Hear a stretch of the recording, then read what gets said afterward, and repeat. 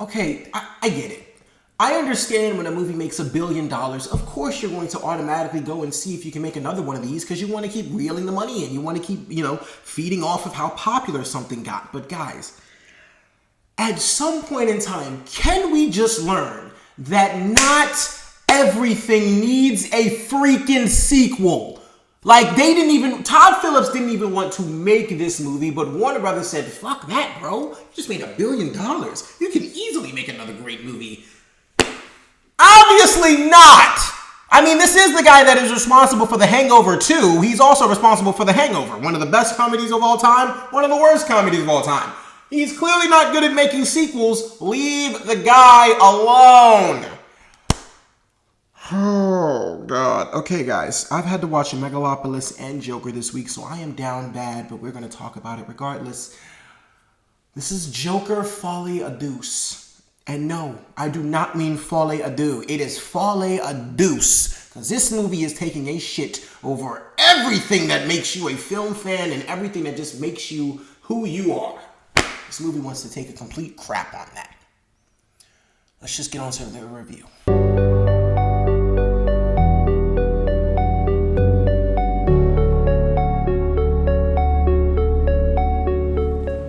Hey guys, it's your guy in the chair here, and look, this is my review for Joker Folie à Deux, starring Joaquin Phoenix, Lady Gaga, Brendan Gleeson, Catherine Keener, and it was directed by Todd Phillips. And our story, which ain't really much of a story. Look, all we are doing is following the events of the previous Joker film where Arthur Fleck is on trial for all the people he murdered in the first film. He ends up meeting Harley Quinn in the same asylum as him. And personally, guys, that is truly the gist of this movie. There is not much else that is truly needed to be said about this plot, because if I truly talk about anything else regarding that plot, I'm just going to get strictly into spoilers, and I don't want to do that because this is not a spoiler review. But guys, look, we're just going to get straight into it. Is this movie as bad as everybody is saying it is? Yes and no.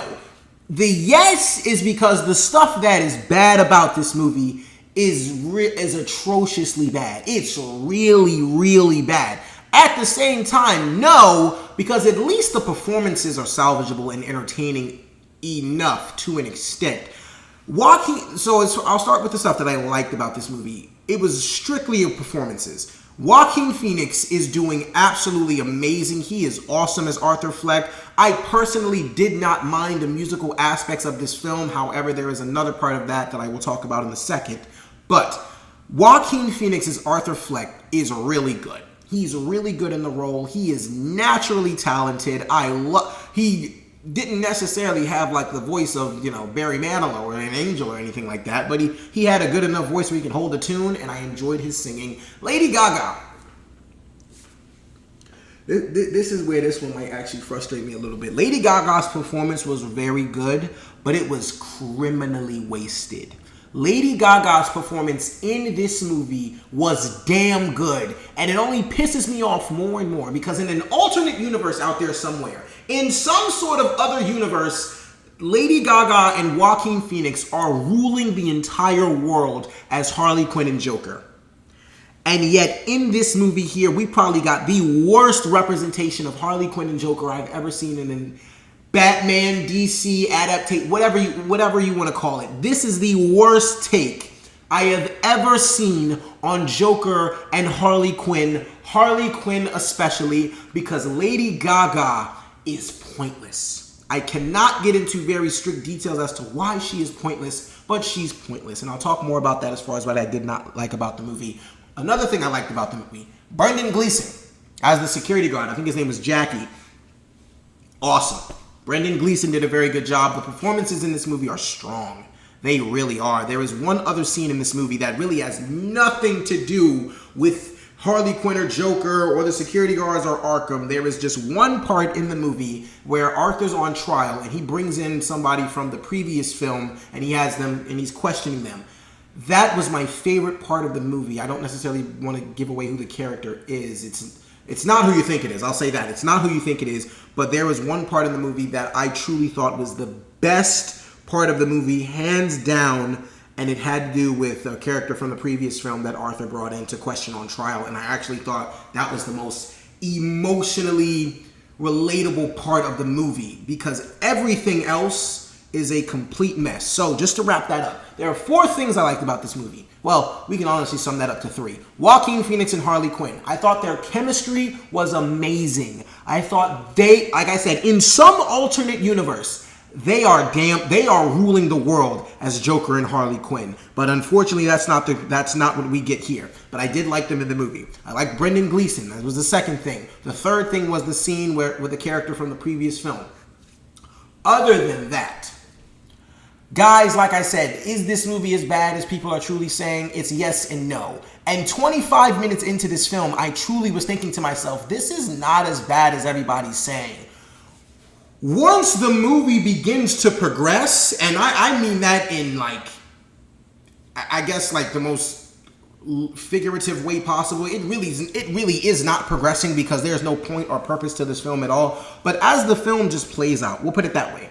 As the film plays out, you start to realize more and more that not only was this movie a complete cash grab, but they added the musical aspect to this film because they had nothing for you. They had no point, no purpose, no character development, no growth from the previous film. The previous Joker movie, and I know there are some people who have their problems with that movie, I loved the first Joker film because I thought it really took a very grounded interpretation of the Joker character and put him in a world where essentially the entire world around him is pure chaos, but he is broken. And I'm stealing this completely from John Campea, so I'm not going to take credit for the way he put that, because it's amazing. The way John Campea put it was, it's a broken man in a broken world, and that broken world does not know how to handle that broken man, and that is what the first Joker is, and it plays out on that so well. John Campea said that so amazingly well, and I do agree with that statement.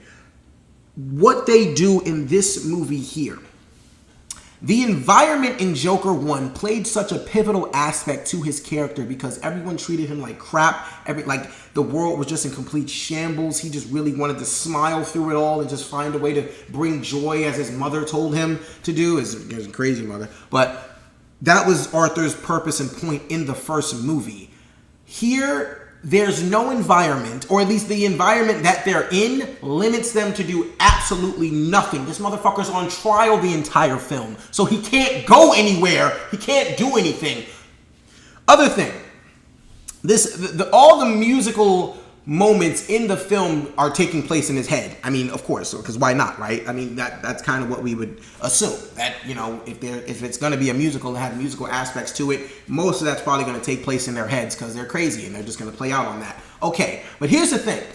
And I don't know if anybody's ever told Todd Phillips about musicals or how musicals work. The thing about musicals, when you get to the point where they're singing songs, the songs are supposed to have a purpose to the plot. They are supposed to either clear up a plot point that you just witnessed, or they're supposed to explain how a character is feeling, building on the plot point they were just talking about. Like, for example, in The Greatest Showman, all the songs build upon the plot points that they're talking about. In Wonka, all the songs that happen in the film are building off of something they just talked about, and the songs tie into the movie and push the story along. This one, Joker, is all the musical scenes in Joker are just holding everything up. There's no point, there's no purpose. I lie to you not. They will literally say something. He'll literally say, oh God, like for example, he'll say like, oh my God, I never thought, you could be like, I could meet anybody like you. You're special. You're something crazy, ain't you? And then the very next moment, they'll sing a song that love is the theme, but it truly has nothing to do with the movie whatsoever. It's literally probably just, what do they call it, a cover band? Yeah, they're just singing a bunch of cover songs the entire movie. It's not anything original or anything being added to the plot with those. Another thing that I truly, the way I'm going to put this is, the fault for this movie being as bad as it is not on Joaquin Phoenix. It's definitely not on Lady Gaga. I'm solely going to put this on Warner Brothers and Todd Phillips. it's just, I'm not sure who like was the executive decision over the character choices in this film. But this movie is by far some of the biggest misuse and fumbling of a character I've ever seen in my life, mainly dealing with Harley Quinn. Like I said, Lady Gaga is criminally wasted in this film. She has no purpose whatsoever. And I do understand that before we got the Margot Robbie and Kaylee Cuoco interpretation of the Harley Quinn character where she can be her own person outside of Joker, the Harley Quinzel that we've known and loved beforehand really has this obsession with Joker. She wants to please him and do anything to make him happy. She really just is head over heels for dude. She's madly in love with him and is just as crazy as him, if not a little bit more off the rails. And Lady Gaga, they do a very good job of showing that obsession, showing how crazy she is for him, showing how she would do anything for him. They do a very good job of showing that all in the first 20 minutes. However, once the movie starts to just play out, you truly start to realize more, and once you get introduced to more plot points about Harley Quinn, this version of Harley Quinn, once you start to see essentially where this trial is going, they don't use her at all. They don't use her at all. She is literally just here to be, I'd probably say, just a nice little cameo fest, like a cameo guest. Like, oh, that's her. Oh, she has the name of Harley Quinn. Okay, she's here. She doesn't do anything at all to really move the plot forward. She doesn't do anything to enhance the plot. They don't even do anything truly to make her her own person. Like, I can't, like I said, I can't necessarily get into big spoilers about this film. But like I said, the environment of this entire movie takes place in two places: Arkham and the courthouse. They can't go anywhere nor do anything because the environment is holding the movie back from doing or being anything else other than just a trial movie. All I'm watching is Arthur go on trial. Beyond that, my issues with the Joker character, everything that the first Joker built, everything that the first Joker created for this character, not only does this movie not build on whatsoever, in my opinion, the ending tossed it out the window. Everything that made Arthur Fleck who he was in the first movie, everything that you got to know from the very sick and just twisted world that he was growing up in, and honestly, everything that you truly learned about this character from the first movie, they don't add anything to it. They don't add it. They don't add anything to his character. He's the same person from when he was. He is literally the same person from the end of the last Joker movie to this one. He has not changed whatsoever, and that doesn't. He doesn't have to change in a good way. He doesn't. He could change in a bad way. He can get worse. They don't do anything. The first movie, the first Joker was so bold and so brave as far as having a statement and starting so much social commentary. It did not care what other people were thinking because it wanted to start a conversation. And the movie was very bold and big in making that its point and purpose. This movie here has no point and purpose, and you realize that the more this thing goes on. Every musical scene is just a distraction. I literally realized that every musical scene is literally just a distraction to prove to you that they don't have any ideas. They don't have anything to make this thing fresh. They don't have anything to make this thing original. They don't have anything to build upon. They don't have anything for you. They don't have anything for you. There's nothing here. Like I said, the music is not that bad. But as the movie progresses, and as you can clearly start to get the bigger picture that there is no big picture here, there's not even a little picture. There's nothing. There's nothing to grasp. You start to get a little more frustrated. You're literally sitting here watching these people have pointless conversations, and there are ideas presented in this movie that could lead somewhere, but they never do. They never do any. There's this entire notion where Catherine Keener, who is playing Arthur Fleck / Joker's lawyer, she is trying to get him off on the insanity plea, meaning that she's trying to convince people that he has two separate personalities. That's actually a very interesting concept that if they did it correctly, they could have just built off to the fact that Arthur Fleck is no more, I am Joker. I am who I say I am. You can't try to write me off as two different people. I am one. I have always been this. They don't do anything. The movie doesn't have anything to say. It doesn't say anything confidently. It doesn't really even want to say anything quietly. It literally just wants to get you. I mean, the movie is like 2 hours and 17 minutes, and so it's not really getting you very fast out of the door, but it really just wants to push you on out of the door. It just really wants, we're just trying to sweep this thing under the rug. Another thing I have to say about this movie is that it is furiously boring, or frustratingly boring. It makes me furious as well, but it is furiously boring. I mean, oh my goodness. I should not. Joaquin Phoenix is one of the most talented actors working to date, and Lady Gaga is one of the most talented people walking this earth. There is no reason you should have these two in a movie playing Joker and Harley Quinn, and I'm finding myself bored out of my mind. It makes no sense. It truly makes no sense how boring this movie got. I mean, like I said, the first 25 minutes, I was saying to myself, this is not that bad. And the music is actually pretty good. But as it just plays along, as it just plays out, you really start to realize a lot of this is just leading to nothing. This story was pointless. They truly just made this movie because it made $1 billion and they had no choice but to make this thing again. This is a very humiliating waste of Lady Gaga. I really don't understand. Like, I was so excited when they announced that Lady Gaga was playing Harley Quinn and that this was going to be a musical. I thought those two additions to what the first Joker film was going to make this thing an absolute blast. I thought I was going to have the time of my life in this theater. Like, even if the movie wasn't as good as the first, I could have walked out saying, at least Lady Gaga gave me an amazing Harley Quinn. She could have, but the material she was given didn't help her case whatsoever. She was criminally underused and very much wasted. And I really just can't get further into that as much as I would love to. Like I said, personally, I'm going to blame it on the environment itself and just the way that they truly had nothing for this character whatsoever. They don't enhance on anything the first movie built up. If anything, like I said, and a lot of people are complaining about the ending to this film. I'll say this. On one end of the ending we got here, I honestly couldn't see it really going any other way. I thought that's how this was going to end. On the other hand, however, the ending dealing with Harley specifically, I hated it. Everything having to deal with Harley in this movie, I absolutely hated.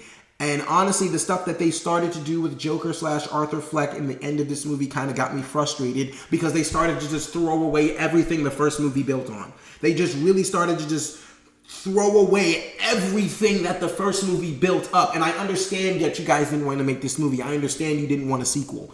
Why go to such great lengths to make such a shitty film? Truly. Like, I would have appreciated this movie more if it completely would have just went full 100% insanity mode and just completely did some off the rails shit and just made the most batshit crazy ending that it could possibly come up with. I would have accepted that. What goes on here, I truly just cannot stomach. I cannot accept. And I am thoroughly disappointed, but at the same time, I'm more so disappointed in how you waste Lady Gaga. She's too talented for this. She's really too talented. She did an amazing job with everything that she was given. But whoever wrote this movie, whoever wrote these characters, whoever put this together, and I'm mainly just going to blame it on Todd Phillips at this point.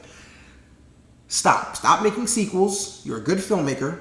Just leave it to the one and dones. Just make one movie and move on. Let somebody else, if anything, that's what they should have done. They should have let somebody else take over this vision. The performances in this movie are very good, but this movie does not have much else to offer. And honestly, very good may be a stretch. Joaquin Phoenix starts to get a little insufferable at some point in time towards the end of the film, and that's mainly because of the decisions that they are making with his character. It's as if this movie should have never even been made in the first place. It's so pointless. At the end, you truly walk out saying that was pointless. That was a pointless, purposeless movie. Joker, Folie, Duece, everybody. It just takes one giant shit on you and laughs in your goddamn face. This is my interpretation of Todd Phillips watching us watch Joker, Folie, while he makes at least almost something close to $1 million. I'm sure he made millions of dollars from making this movie, but this is my interpretation of Todd Phillips watching us watch Joker.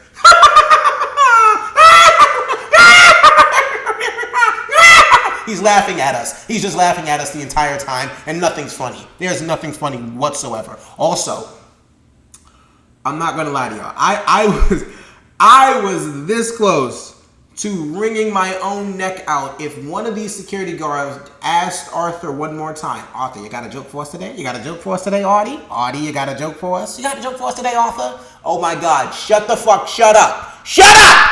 But I'm sorry, that was a lot. I'm so sorry. Regardless, guys, Joker Folie is a waste of your time. It is a huge waste of time. If you did not like the first movie, if you didn't like the first movie, y'all don't even know why you're going to watch this one. But I mean, to each their own. Y'all enjoy. If you did like the first movie, I'm trying to save you. Just watch that again. Watch the first movie again and act like this doesn't exist. That's what I'm going to do. This movie doesn't exist. After I'm finished with this review, this movie does not exist to me. But overall, guys, it's a waste of time. Please don't go watch it. Seriously, watch The Wild Robot. Transformers 1 and Wild Robot deserves your time. Please go do that instead. And for all those reasons and so many more, guys, I'm going to give Joker Folie Duece a 1.75 out of 5 stars. Okay, guys, so Joker Folie Duece. Have you seen it? What did you think about it? Thank you guys so much for watching. I really do appreciate it. Be sure to comment below your thoughts on the film. Guys, thank you so much for watching. I really can't, thank you guys enough. Thank you so much, guys. Look, be sure to like, share, subscribe, all that good stuff and so much more. Look, this is your guy in the chair. More content coming to you soon.